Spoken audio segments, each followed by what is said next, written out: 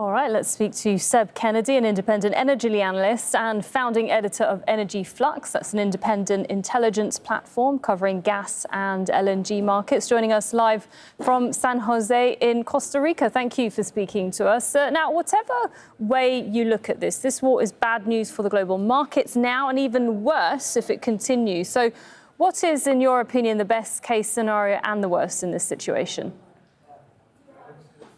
Yeah, great question, and thanks for having me on the show today. So I think that obviously the best case scenario is that there's some sort of negotiated agreement that allows for the resumption of commodity outflows through the Strait of Hormuz. Before the war, then obviously we had unimpeded outflows from Hormuz. So no matter what way you look at it, the best case scenario is not going to be quite as good as what we had before, because it seems like regime change is essentially off the table. That was the only pathway to getting back to a place where there is no risk hanging over transits through Hormuz. So any negotiated agreement is going to have a kind of sword of Damocles element to it, where the threat of Iranian disruption to LNG and oil flows through Hormuz is going to be dangling over there. I don't see the Iranians wanting to give up that leverage, which has proved to be extremely powerful, anytime soon. So we're going to see disruption, or the potential of disruption, kind of hanging over markets, no matter how good a deal may be that comes out of the talks in Pakistan, if indeed those actually happen. Right, and the International Energy Agency has called this the largest supply disruption in the history of the global oil market. It seems to have gone past just uncertainty. What can the global markets do to mitigate the effects that they're seeing now? Are there any sort of contingency plans, whether it's on a country basis or regional basis?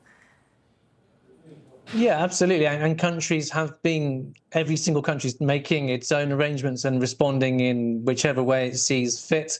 I would say the broad point is that certainly from a kind of LNG and natural gas perspective, that Asian economies have really been the shock absorber for the world.